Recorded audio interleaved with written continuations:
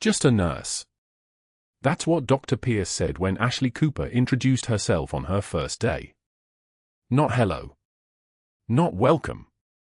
Just those 3 words, delivered with the kind of dismissal that made the other staff members glance away in sympathy.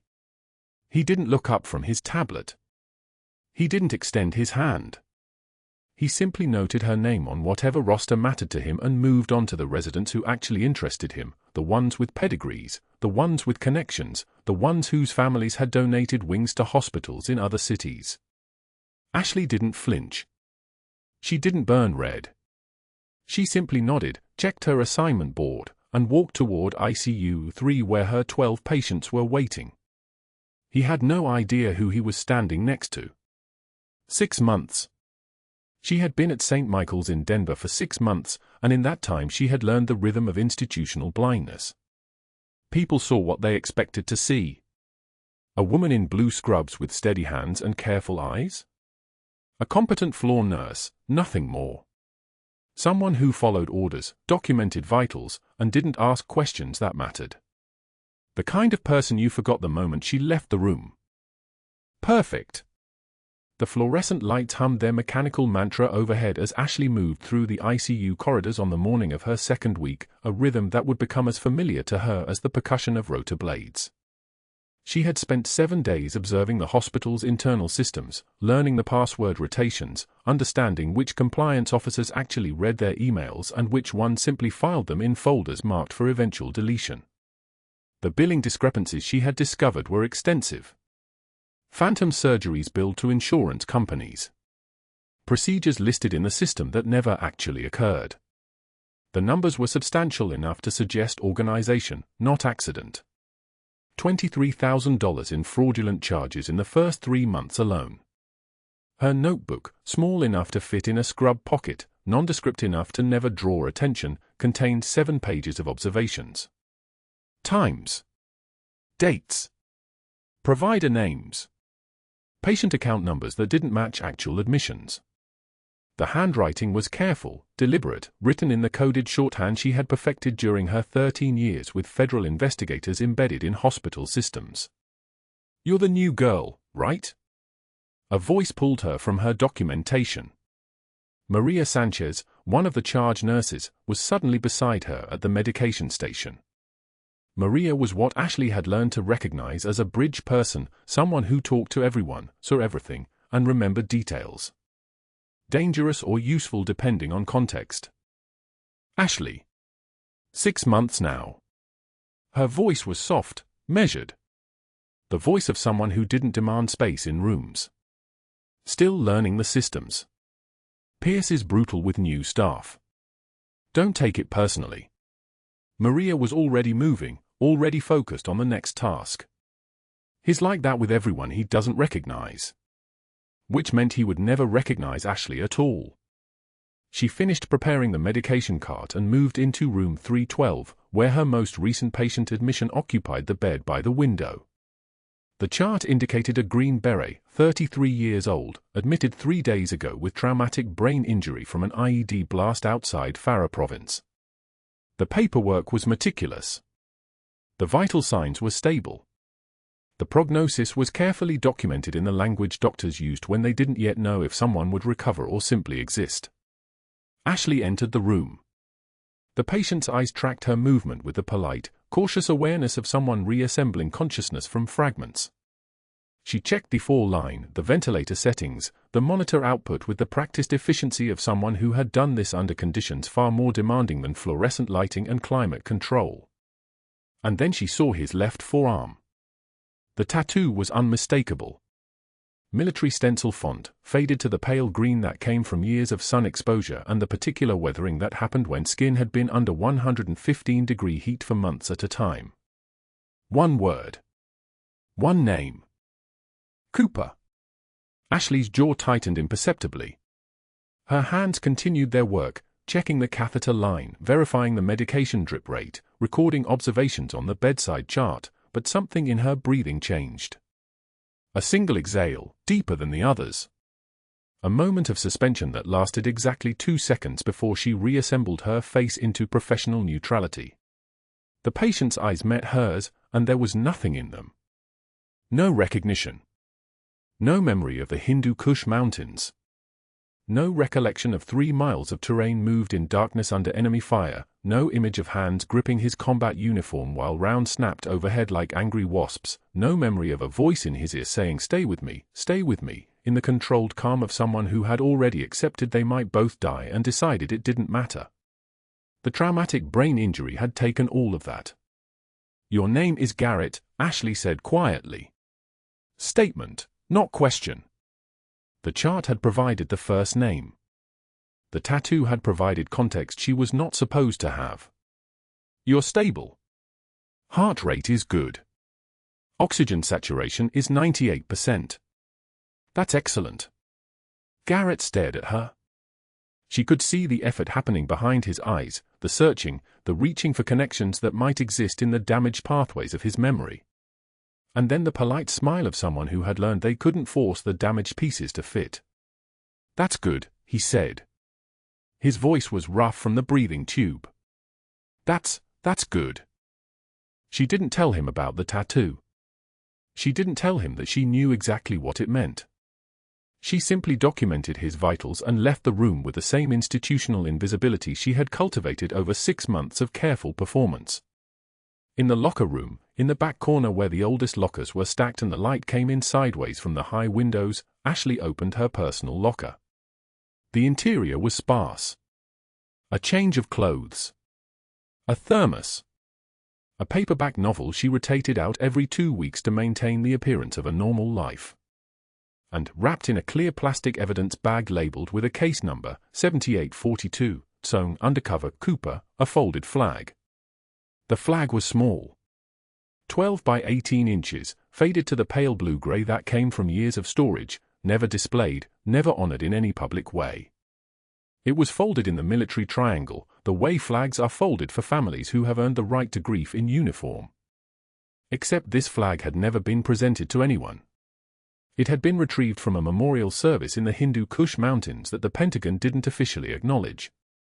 It had been folded by hands belonging to a sergeant who no longer existed in any official capacity. And it had been entrusted to Ashley's care with the understanding that she would carry it for as long as it took. As long as it took for her to find the people who had approved the funding for the operation that had been compromised. As long as it took to trace the money trail that had somehow made its way through private hospital contracts, fraudulent billing systems, and the particular greed of administrators who confused their position with invulnerability. The flag was why she was here. The flag was why she had volunteered for an assignment that required her to disappear into institutional life, to pretend to be less than she was, to accept dismissal and invisibility and the particular cruelty of people who mistook competence for ambition. Garrett's tattoo confirmed what she had suspected, that the conspiracy wasn't just hospital-wide. It extended into military procurement. It reached into areas that required both her medical expertise and her capacity for long-term deception. She rewrapped the flag carefully and returned it to its evidence bag. Behind her, the locker room's ventilation system wheezed as if exhaling something anxious. What she didn't know yet was that her investigation was already visible. That Dr. Pierce, in his second conversation with the hospital's compliance officer, had mentioned a new nurse asking unusual questions about billing procedures. That he had already begun making phone calls to ensure that any nurse who threatened his particular arrangement, the specific arrangement that had funded his daughter's private school education and the down payment on a ski house in Telluride, would find herself isolated, discredited, and systematically eliminated from any position where she could cause trouble. He was about to teach Ashley Cooper exactly how little institutional power a floor nurse actually possessed. And she was about to teach him exactly what he had missed when he looked at her that first morning and saw only 3 words. Just a nurse. The room went dead silent. And that was when everything began to change.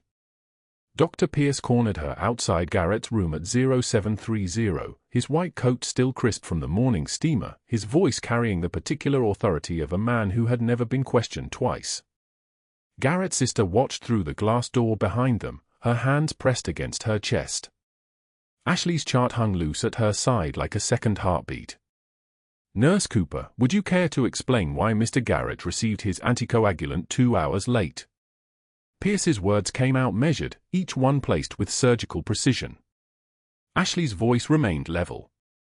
I administered it at 0800 as ordered, Doctor. It's documented in the medication administration record. He pulled out a chart with fresh ink still drying on the page. His fingers traced a line like a prosecutor pointing at evidence. This says 1000. That's not 0800, is it? His eyes held hers for exactly 3 seconds, the kind of eye contact designed to make people flinch. Are you calling me a liar, or are you just incompetent? The sister's face hardened behind the glass. Ashley didn't blink. Her hands didn't shake. She'd held hemorrhaging soldiers in her lap while bullets punched through tent canvas. She knew what real pressure felt like. This was noise. My documentation is accurate, Dr. Pierce. The timestamp is correct. He leaned closer, his breath carrying coffee and mint gum. You know, field nurses, if that's what you actually were, they don't learn our protocols. Our standards. He smiled without warmth. Maybe civilian nursing is just too complicated for someone with your background. If you even have one. The implication hung there, he knew she was hiding something. Just not what. She returned to the medication cart. Her hands moved with the practiced efficiency of someone who'd performed battlefield assessments under mortar fire. One foot in front of the other. Eyes forward. The break room could wait. The next morning, a fresh white sheet appeared on the unit bulletin board, anchored with 2 red pushpins. Ashley saw it while crossing the hallway toward the supply closet. The handwriting was Pierce's, printed in his official script. Disciplinary action, A. Cooper. Medication timing errors. Patient safety violation, documented protocol breach. Required remedial training pending. The notice was positioned directly above the staff schedule, impossible to miss. Impossible to ignore. Ashley read it once, her eyes tracking the words without emotion, then continued to her rounds. Her heart rate remained 78 beats per minute. Her breathing stayed controlled. Pain was information. Humiliation was just another form of data. But word traveled through St. Michael's like a virus through a ward. By noon, the break room dynamic had fractured. Ashley sat at the corner table with her lunch, chicken salad, water, an apple she wouldn't finish. Conversations died mid-sentence. A nurse named Holloway, who'd made eye contact yesterday, suddenly found her coffee fascinating. Martinez, the resident who'd asked about her field experience, stood up abruptly and moved to a table near the window with 2 surgical techs. They didn't invite her to join. They never looked back. One whisper drifted across the room, I heard she almost killed that soldier. Another, Pierce said she falsified records. Another, how does she even still have her license? Ashley ate her salad. 20 chews per bite, a survival training habit, the counting method that kept you present when your mind wanted to fracture. She focused on the texture of lettuce, the salt of the dressing, the precise weight of the fork in her hand. Only her hand holding the fork knew the difference between steady and shaking. The fork never wavered. The room smelled like microwaved coffee and the ghost of antiseptic from someone's scrubs. Rain hammered the break room windows like Morse code, each drop a percussion note in the symphony of her isolation. She noted this detail with clinical precision, the way isolation felt like a vital sign. Essential information. When she finished, she carried her tray to the trash, scraped the apple she hadn't touched into the bin, and washed her plate at the sink. Her reflection in the stainless steel was perfectly composed. Someone looking at that face would see a tired nurse doing dishes. Someone looking at that face would see no war inside her. She left the break room. The hallway felt longer than it had yesterday. That afternoon, the compliance officer's memo appeared in her locker, folded once, her name on the envelope in block letters. Ashley opened it with 2 fingers, the way you'd handle something potentially contaminated. Your recent inquiries into billing records, your questions have been forwarded to appropriate departmental channels for follow-up. Please cease direct inquiries and allow proper protocol to proceed. Further unauthorized questions regarding financial records may result in additional disciplinary action. Cease direct inquiries. The language was clinical. The message was a scalpel. She photographed the memo with her phone using the flash disabled and tucked it back into her locker. Her federal contact would see it within 2 hours. Her mission, meanwhile, had just become exponentially more complicated. Pierce passed her in the hallway at 14:40, moving from the cardiac unit toward administrative offices. He smiled when he saw her, that particular smile that men in power wear when they've already won. "How's the remedial training going, Nurse Cooper?" His voice carried just enough concern to sound sincere to anyone listening. "We want you to succeed here." She said nothing. Saying nothing was sometimes the only statement that carried weight. He continued, his pace unhurried. "You know, your background is fascinating. Really quite mysterious." He paused at the corner, turning back. "I had one of my associates look into your references. Funny thing, some of the facilities you listed? They don't quite check out. File discrepancies. It's remarkable what you find when you actually investigate." He held her gaze. "We value transparency at St. Michael's." Ashley's blood pressure spiked to 156/94, but her face remained a mask. He was digging. He didn't know what he'd find, but he was digging in the right direction. She had 72 hours, maybe 96, before his network of board members and private investigators turned over something concrete. Her cover story would hold. Federal prosecutors had built it with meticulous care, but Pierce was moving toward the edges. Moving toward something. She returned to Garrett's room. The green beret sat propped on pillows, his eyes tracking the television without seeming to watch. The scar tissue across his left temple looked like dried riverbeds where neural pathways had been destroyed. She'd read his chart so many times she could recite his medication list from memory: lorazepam for anxiety, metoprolol for blood pressure, Docusate for the narcotic-induced constipation. Standard post-TBI protocol. His sister was there, reading something on her phone. She looked up when Ashley entered. "He's been asking for you," the sister said. "Asking who his nurse is. I tell him your name and 5 minutes later he forgets again. But he keeps asking." Ashley checked his foresight with her gloved hands, the latex snapping slightly as she pulled it tight. The sound was clinical and clean. "How are his pain levels?" "Better. He's calmer when you're here." "I don't know if that's the medication or—" She trailed off. "Do you know him?" "From before." Ashley's hands continued their work. "I don't." "Because of the tattoo." "That's your name. Ashley Cooper." "That's not a coincidence." The sister leaned forward. "I've been researching it. I've been making calls. That tattoo, he got it after Sanjan Valley. After his unit was ambushed. Someone pulled him out.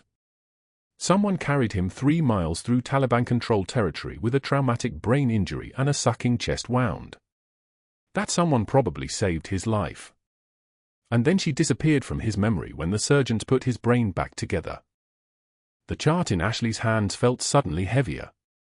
"I'm just asking if you know anything," the sister said quietly. "Because if you do, he should know. He should know who saved him." Ashley adjusted the forestand. Her hand trembled for exactly 0.4 seconds, the only visible tell. She controlled it before it could become a second tremor. "I'm sorry, I don't." It was the most devastating lie she'd told in months. She left the room and returned to the nurse's station where Pierce was on the phone. She could hear fragments because he wasn't trying to hide: unstable work history, background inconsistencies, liability risk to the department. He was building his case. Building it with the patient expertise of a man who'd been poisoning institutional records for money. At 17:15, Ashley pulled out her secure notebook, the one that looked like any other nurse's shift journal but had been photographed daily by federal couriers, and documented 3 more billing anomalies. Phantom surgeries. Inflated procedure codes. a total of $847,000 in charges for patients who'd never received the documented care. She photographed each page with her phone, then secured the evidence in the MacGuffin she carried everywhere, the folded flag from Sergeant Patterson, the medic who died holding Garrett's wound closed while Ashley applied a tourniquet to her own shattered leg. The flag fit perfectly in the evidence envelope beneath the folded fabric, hidden. Then she texted a single code word to the federal contact who'd inserted her into St. Michael's 6 months ago, Cardinal. The signal meant her cover was deteriorating and the investigation needed to accelerate. No response came back. No response would come. She was alone in this until extraction happened, and extraction wouldn't happen until the evidence was ironclad and the prosecutors were ready to move. She packed her locker and went home to her apartment, where the rain followed her inside in her hair and on her shoulders. She sat in the dark for 2 hours, listening to the storm hammer Denver, knowing that Dr. Pierce was somewhere in this city right now, building his case against her the same way she was building her case against him. Tomorrow she would return. Tomorrow she would smile and accept another insult and continue her work. Because Garrett was on that unit, and whatever his sister was right about, whatever the tattoo meant, whatever the war inside Ashley wanted to acknowledge, she couldn't let Pierce's contraindicated medications destroy him. The chart update came through at 1,647 hours. Ashley stood at the nursing station, reviewing Garrett's orders, and every muscle in her body went rigid. Transfer to the cardiac step-down unit. End of shift. Pre-procedure sedation, midazolam 10 mg for push, combined with fentanyl 100 micrograms, followed by propofol 2 ml per kilogram. Her eyes tracked the sequence once, twice, a third time. The combination wasn't contradicted by his chart allergies. It was contradicted by basic pharmacology and the fact that Garrett had a documented history of respiratory depression from even moderate sedation. This wasn't a medication error. This was a protocol designed to put him into such profound unconsciousness that his transfer would appear routine, his bed would clear for a more profitable admission, and if something went wrong during transport, well, he'd already been flagged as high risk. She knew exactly what this was. She'd seen it in Kandahar. Different context, same logic. Clear the asset. Minimize liability. Move the next one in. The afternoon stretched into evening with the weight of a siege. Ashley moved through her rounds with the efficiency of someone who'd learned to function inside a narrowing noose. She checked Garrett's vitals at 1,745 hours, then again at 1810. His oxygen saturation held steady at 96%. Heart rate rhythmic. The tattoo on his forearm, her name in capital letters, Cooper, running the length of his forearm like a permanent scar, seemed to pulse with its own urgency every time she approached his bed. He'd never know what the tattoo meant. The traumatic brain injury had stolen that knowledge. But Ashley remembered. She remembered dragging him 3 miles through territory where every shadow held a rifle. She remembered feeling his weight shift to dead weight halfway through. She remembered thinking his body would be one of 7 they wouldn't be bringing home. She remembered the moment his eyes opened again. And she remembered why she was here. At 1855 hours, the approach of footsteps from the corridor made the fluorescent light seem to buzz louder. Ashley recognized the rhythm, measured, deliberate, the gait of a man who'd never had to hurry because people had always moved out of his way. Dr. Pierce entered ICU 3 with an orderly trailing behind him, both of them moving toward Garrett's bed like they'd already decided this was fait accompli. Pierce's left hand held a syringe with the casual confidence of a man holding a winning card. The liquid inside caught the overhead light and refracted it into smaller, colder pieces. "Step aside, Nurse Cooper," Pierce said. His voice carried the texture of a man accustomed to obedience. "I'm administering the pre-transfer sedation myself." Ashley didn't move. She remained exactly where she was, positioned between the foreport and Pierce's advance, her body a vertical line of absolute refusal. She didn't raise her voice. She didn't gesture. She simply occupied the space where his hands would need to go. "I can't let you give him that combination, Doctor," she said. Her voice came out low enough that only Pierce and the orderly would hear it clearly. "His respiratory function won't tolerate it." Pierce's expression shifted through several iterations in quick succession: surprise, annoyance, then something that looked almost like amusement, the way a man smiles when a pawn makes an unexpected move on a board he'd assumed was already lost. He stepped closer to the bed. Ashley stepped closer to the fall line. "You're already on thin ice," he said, his voice dropping to the register of a whisper, though somehow it carried the weight of a collapsing building.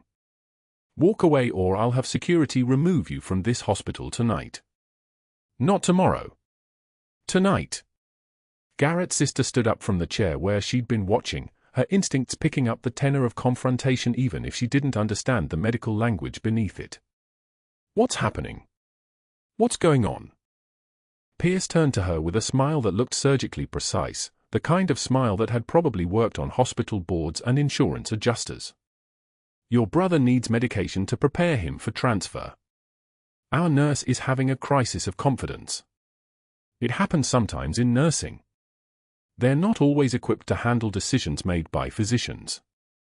Ashley's jaw tightened by degrees so minimal that anyone not trained to read the specific language of controlled aggression would have missed it entirely. Her eyes met his across the 3 feet of space that separated them, 3 feet that might as well have been 3 miles, the distance between her world and his completely unbridgeable. "His chart shows contraindications for that specific drug combination," Ashley said. She kept her voice level, kept it factual, kept it devoid of the rage that was moving through her bloodstream like a blade looking for an edge. "Propofol combined with fentanyl in a patient with his respiratory history creates unacceptable risk during transport. Security to ICU 3, please," Pierce said into his phone. He didn't break eye contact with Ashley. His hand was perfectly steady on the syringe. "I need security in ICU 3 immediately for a non-compliant staff member." Ashley made the calculation in the space between one heartbeat and the next. If she physically blocked him, she was finished. 6 months of investigation dissolved. The fraud ring protected. Garrett would be transferred, sedated into unconsciousness with a protocol designed to compromise him, and whatever happened after that would be documented as an unavoidable complication from a high-risk patient in a high-risk transfer. If she stepped aside, the patient dies. The tattoo on his forearm, her name, permanent ink, the only part of her he still carried even though his mind had forgotten her entirely, would go into the ground with him. She moved. One deliberate step to the right, positioning herself between the bed and the forecart, her body now blocking access to the line itself rather than just standing near it. It was the physical embodiment of a word she didn't say out loud, no. "I'll take full responsibility," she said. Her voice had changed. It had dropped an octave. It carried the weight of someone who'd already accepted the consequences and decided they were acceptable. "But I cannot allow this medication protocol to be administered to this patient. Not in this combination. Not with his respiratory history. I will not step aside." The orderly looked at Pierce. Pierce looked at Ashley with an expression that cycled through several emotions before settling on something cold and decisive. 2 security guards entered the unit at a steady walk, the kind of walk that was neither hurried nor hesitant, the walk of men who'd done this before and knew how it always ended. "Nurse Cooper is interfering with patient care and refusing direct orders from a physician," Pierce said.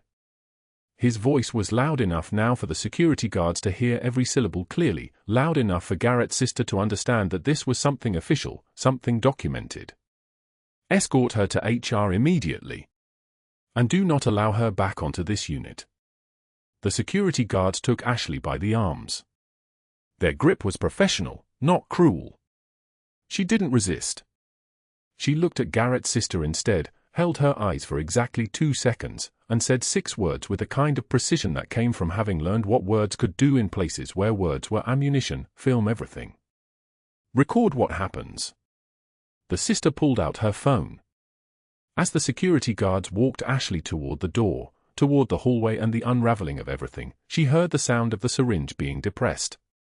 The slight hiss of fluid entering the fall line. Pierce's voice, muffled now, something about comfort care and patient mobility. The hallway felt longer than it should have. Her footsteps made no sound. The security guards' radios crackled with dispatch codes and unit assignments and the ordinary language of a hospital operating exactly as it always did.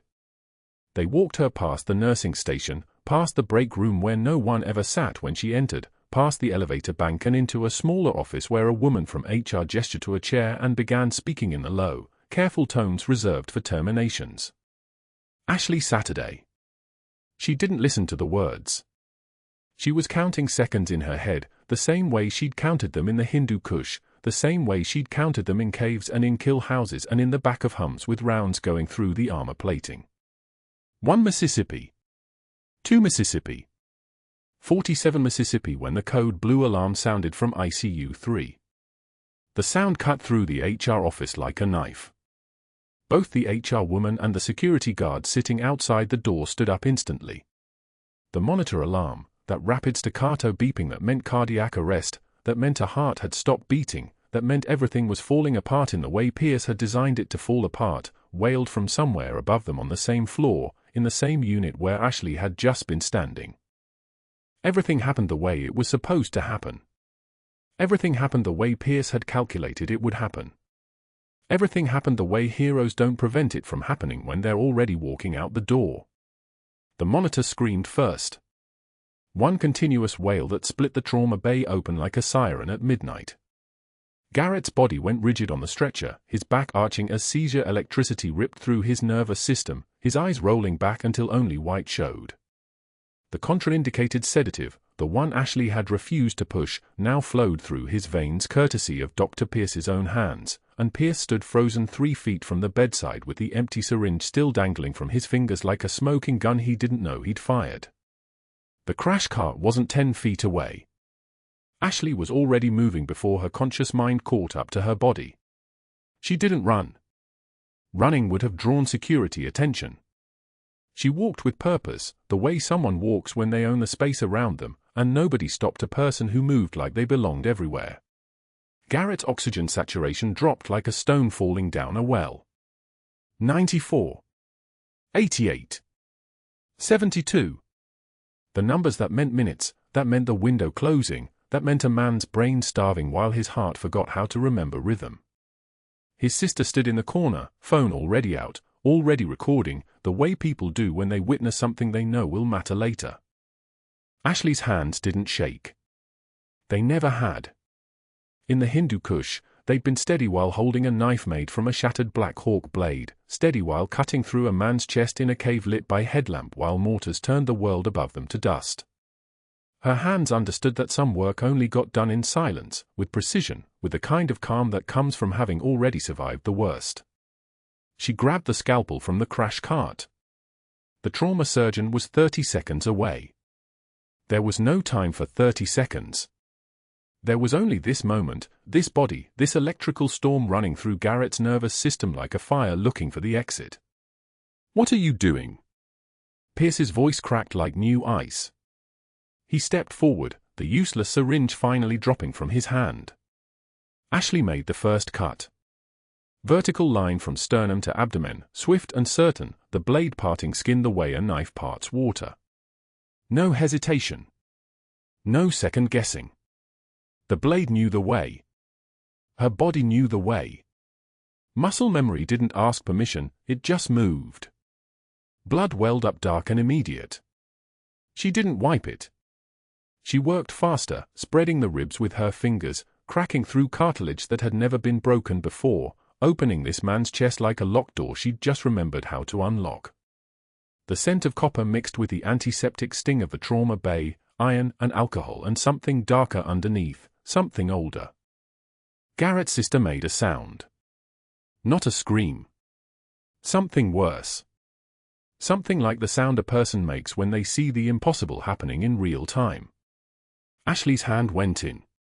Her fingers found his heart, a fist-sized muscle about the size of a stone, purple and still, refusing its own rhythm. She began to compress and release. Compress and release. The motion was prayer and curse and muscle memory all at once, the same motion she'd performed in darkness with a man's life depending on whether she could convince his heart to remember how to beat. The monitors were still screaming. 71. 68. 63. Going the wrong direction. Going toward silence. 1 minute. 60 seconds of manual cardiac massage while her fingers worked inside a man's chest cavity, while Pierce stood white-faced and hollowed out, while the trauma surgeon burst through the double doors and froze for exactly 1 heartbeat before understanding what he was seeing. Get me a cardiac clamp. Size for retractor. Get the ECMO cart ready. Ashley's voice was different now. It wasn't the voice of the floor nurse who'd spent 6 months apologizing for things she hadn't done. It was the voice of someone who'd given orders while bombs fell, someone who'd made decisions that meant life or death for 4 soldiers on a mountainside 20,000 feet high. 80. 85. 90. Garrett's body gasped. Not a breath. Something deeper. Something like a drowning man finding air. His heart caught rhythm, irregular, stuttering, but catching. The monitor shifted from flatline to a rhythm that almost looked like living. Ashley stepped back. Her hands were coated in blood to the wrists, her scrubs dark and wet, and she moved away from the bed with the same composure she'd maintained while folding scrubs in a laundry room that smelled like failure. The trauma surgeon was already there, already taking over, already working to stabilize what she'd brought back from the edge. Garrett's sister was sobbing, her phone still recording, the footage already being uploaded somewhere, already becoming something that wouldn't die. But that wasn't the worst part. The worst part was the sound of Dr. Pierce's voice, stripped of all authority now, thin and desperate and barely above a whisper. You just mutilated a patient. You performed an unauthorized procedure on a human being. This hospital will sue you. You'll lose everything. Ashley didn't respond. She stripped off her gloves and placed them in the biohazard container with the same care she would have used placing flowers on a grave. Within the hour, she was in the director's office on the 4th floor. The watercolor landscapes on the walls looked like they'd been chosen by a committee determined to be as inoffensive as possible. Dr. Pierce was already seated, his composure restored, his power restocked, 2 board members flanking him like bodyguards made of authority and institutional weight. She performed an unauthorized surgical procedure on a patient without consent, Pierce said, his voice steady again, his power returning now that there wasn't a life hanging in the balance. I want her credentials reviewed immediately. I want her references contacted and verified. This woman may not even be a licensed nurse. I want criminal charges explored. The liability alone will destroy this hospital. The hospital director, a woman named Cho who'd hired Ashley 6 months ago with barely a glance at her fabricated resume, looked tired. The kind of tired that came from knowing the world had just tilted and she was going to spend the next 6 months trying to straighten it back out. We need to investigate your background, Nurse Cooper. The director's words were measured, careful, the way lawyers teach you to speak. We need to contact your references and verify your credentials. Ashley removed her badge and placed it on the desk between them. The plastic was warm from her pocket. She'd worn it for 181 days.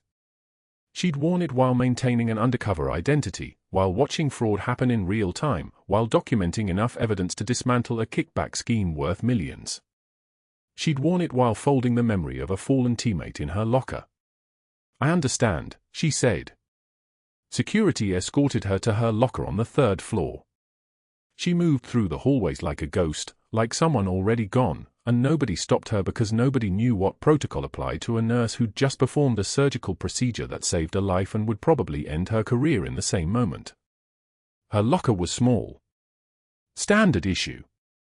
The folded flag from her teammate, the one she'd kept wrapped in a plastic evidence bag labeled with her undercover case number, came out first. Then her notebook, the pages filled with dates and surgery codes and names of patients who'd been billed for procedures that never happened. Then the photograph from the Hindu Kush, the team in tactical gear, Garrett standing to her left with his arm slung around her shoulders, both of them still believing that memories were permanent. She closed the door. The lock clicked. The hospital laundry room was in the basement, 3 levels down where the industrial washers churned through the hospital's endless supply of contaminated linens. The smell was thick here, detergent and bleach and the ghost of copper underneath, the scent of blood that would never fully wash out. Ashley pulled her scrubs from her locker, the navy blue material she'd worn through 6 months of careful invisibility, and began to fold them. Hospital corners. The way they'd taught her in nursing school, the way the military had taught her long before that. Each crease was precise, each fold exact, each motion controlled. The detergent smell mixed with something darker, the scent of failure, maybe, or just the chemical burn of bleach on her skin. 6 months. 181 days of staying silent. Of watching fraud happen. Of documenting evidence that would have brought down an entire network, except now that evidence would be dismissed as the work of an unstable nurse who'd performed an unauthorized procedure, who'd maybe never even been a real nurse at all. She'd been supposed to remain invisible. She'd been supposed to fade into the background and let the system work.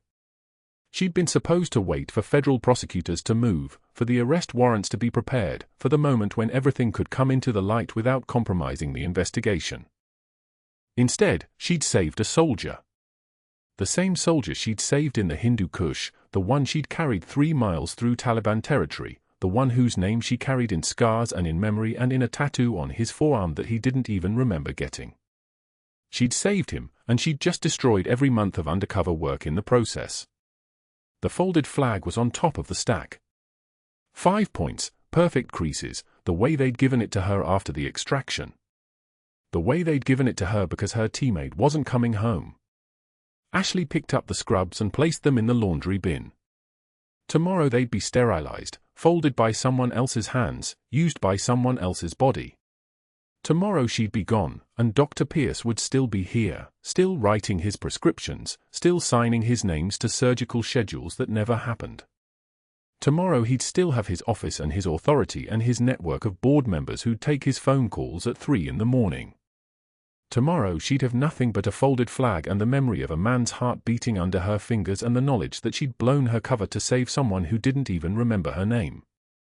She stood alone in the basement while the washers spun their endless cycle, and she tasted the flavor of mission failure, bitter and chemical and like the end of something she'd spent half her life learning how to do.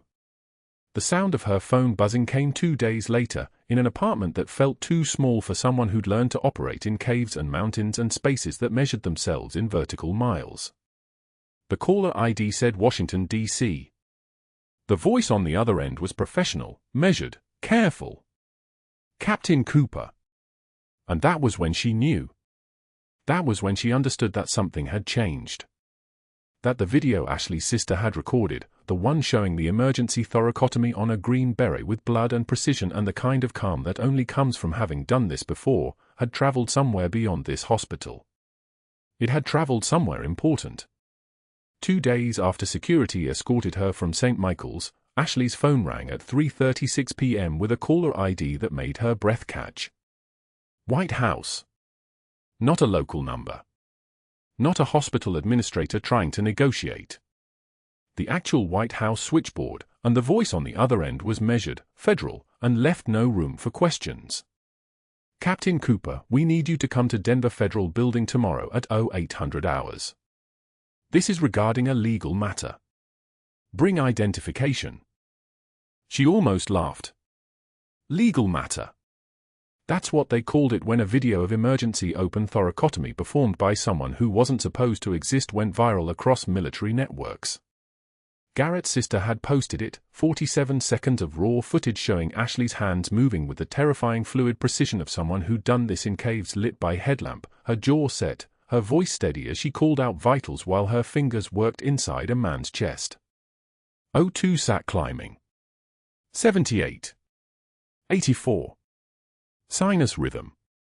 The footage had traveled through Fort Carson, through Joint Base Lewis McChord, through every medical network that connected active duty personnel. By the time it reached the Joint Chiefs, someone had already cross-referenced the name on her hospital badge with a case file marked redacted and stamped classified. The next morning, Ashley walked into what she thought was a legal deposition, a small grey room, fluorescent lights casting everything in institutional pallor. Instead, the space opened into something larger. Federal officials lined the walls. 2 colonels. An FBI field director. A 2-star general in dress blues. And there, propped up in a wheelchair with clear eyes that suddenly focused on her face with the intensity of a laser finding its target, was Garrett. "Reaper 6, he whispered, and the room seemed to tilt. Her call sign. From operation so classified that even now, standing in a federal building surrounded by people with badges, the details couldn't be spoken aloud. Reaper 6. That's who she'd been when she dragged this man 3 miles through Taliban territory with one of his legs barely functional and his body going into hypovolemic shock. She'd kept him talking. Kept him awake. Kept him alive by force of will and fieldcraft and the kind of absolute refusal to accept failure that came from knowing exactly what she'd lose if she didn't. A Marine colonel stepped forward, and his voice filled the room like an announcement. Ashley Margaret Cooper, Captain, United States Army Special Forces. In recognition of extraordinary valor and dedication during Operation Mountain Storm, Hindu Kush Valley, you are hereby cited for the Silver Star for heroic actions on July 14, 2018. He paused. The silence was so thick you could hear the rain outside, drumming against the building's glass like applause. You exposed yourself to direct enemy fire to evacuate a wounded soldier. 3 miles. Under direct contact. You kept him alive through shock, dehydration, and catastrophic blood loss, arriving at forward operating base with 0 minutes of survival margin remaining. Another pause. Another beat of silence.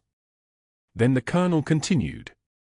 You are also cited for your service in the Federal Bureau of Investigation's Healthcare Fraud Task Force, where you infiltrated St. Michael's Hospital under deep cover to investigate billing fraud and pharmaceutical kickback schemes. Your investigation has exposed a network involving 17 hospitals across the Rocky Mountain region. Dr. Pierce stood in the doorway, and the color drained from his face like someone had opened a valve. The board had called him in for what they said was a standard interview regarding some billing questions. He hadn't expected this.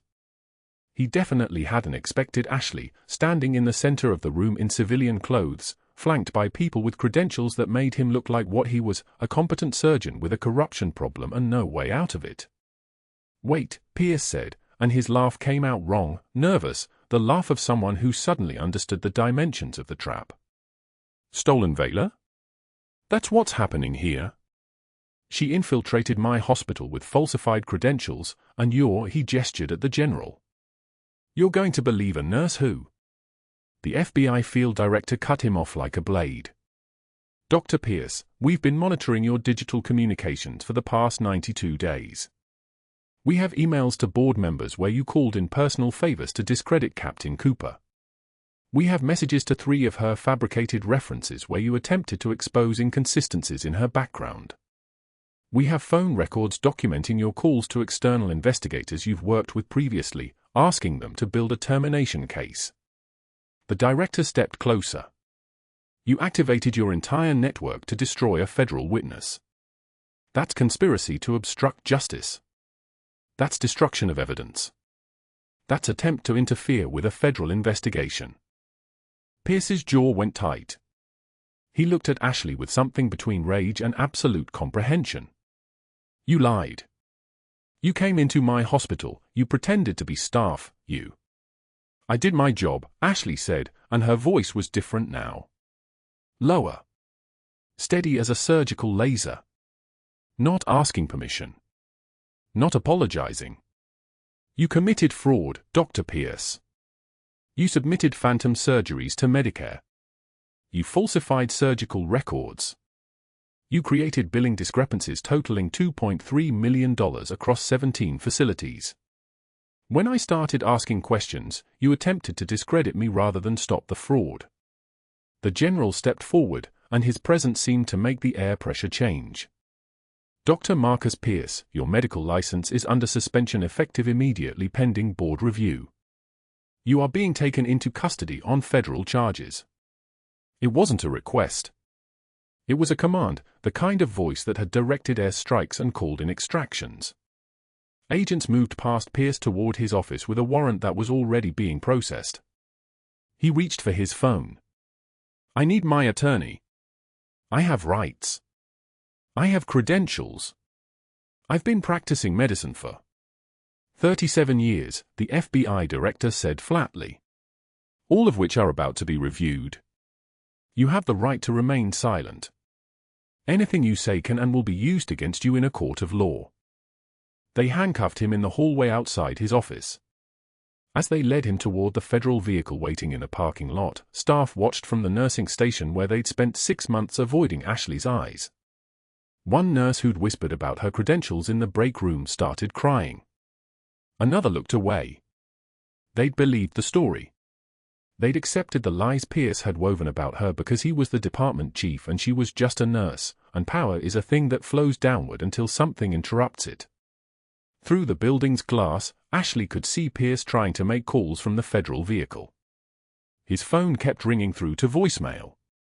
His network had evaporated the moment the FBI showed up. The hospital board members who owed him favors weren't going to return his calls. The investigators he'd worked with before knew their own exposure was being assessed. In 4 minutes, Dr. Marcus Pierce went from institutional power to solitary professional radioactivity. Garrett's sister approached Ashley, tears on her face. You saved his life twice. In the mountains. And in the hospital. Why didn't you tell him who you were? Ashley looked at Garrett, who was watching her with eyes that now contained memory and gratitude in equal measure. My job was to stay hidden. The investigation came first. His safety came second to the mission. She paused. I broke protocol to save him in the ER. That's why I lost the cover. The general overheard. His expression didn't change, but his voice carried weight. You chose the moment that mattered. That's why you're receiving a commendation, Captain. Not a reprimand. You understood the calculus. You saved a life and broke a case simultaneously. A Navy commander in dress uniform added, the fraud ring Pierce was managing? Multi-million-dollar operation. 17 hospitals. Phantom surgeries. Kickback schemes dating back 11 years. You built the case. You documented every discrepancy. You maintained your cover while gathering evidence that federal prosecutors can actually use. He shook his head slightly. That's exceptional tradecraft, Captain. 3 weeks later, Ashley stood in the East Room of the White House in dress uniform, not the scrub she'd worn for 6 months, but Class A dress blues with the insignia she'd earned in places that didn't appear on maps. The folded flag from her fallen teammate, the one that had sat in her locker wrapped in an evidence bag labeled with her undercover case number, was finally retired to a shadow box. Beside it sat her silver star, the medal catching light like a promise kept. The president pinned a presidential commendation to her chest. The citation read, for extraordinary dedication to duty, both in combat operations and in service to justice. For choosing to save a life when protocol demanded invisibility. For building a federal case against healthcare fraud networks that preyed on the system and the vulnerable. For heroism that transcends uniform. Garrett sat in the front row, his sister beside him. His eyes were clear now. The traumatic brain injury was resolving. Physical therapy would take months, but the core of him was returning. Before he'd been wheeled in, someone had shown him the photograph from the Hindu Kush operation, Ashley in combat fatigues, carrying medical supplies, her arm around his shoulder. He'd stared at it for a long time. Then he'd touched the tattoo on his forearm where her name was written in block letters, and he'd nodded once, like something that had been fractured was starting to fit back together. That evening, St. Michael's Hospital director called. Dr. Pierce entered a guilty plea on 14 counts of healthcare fraud and conspiracy. His medical license is permanently revoked. He's serving 3 years in federal prison with probation to follow. The director paused. His last known employment before incarceration was teaching CPR recertification classes at a community college in Aurora. $15 an hour. Ashley said nothing for a moment. Then, and the compliance systems. We're installing new protocols. We'd like you to consult on the rebuild. No undercover work. No hidden identity. Just your expertise, out in the open. Ashley returned to St. Michael's 1 week after the White House ceremony. She wore a consultant's badge instead of a nurse's badge. When she walked into the break room, it filled. Nurses who'd avoided her eyes for 6 months now approached with apologies and recognition. One young resident asked for her phone number because she wanted to know everything about field medicine. Another nurse, the one who'd whispered doubts, brought her coffee without being asked. Garrett was transferred to Walter Reed for continued recovery. Before he left Denver, he stopped by Ashley's temporary office at St. Michael's. He moved slowly, his right leg still favoring the injury from that night in the mountains, but his movements carried intention. His eyes were completely present. "I remember pieces," he said. "You told me to stay awake. You said you'd get me home." Ashley met his eyes. "I kept my word." He touched the tattoo on his arm, her name in letters that had waited 3 years for him to remember why they mattered. "So did I." That night, Ashley updated her evidence log one final time, documenting the closure of the investigation.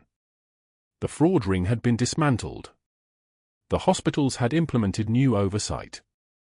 Dr. Pierce's network had scattered.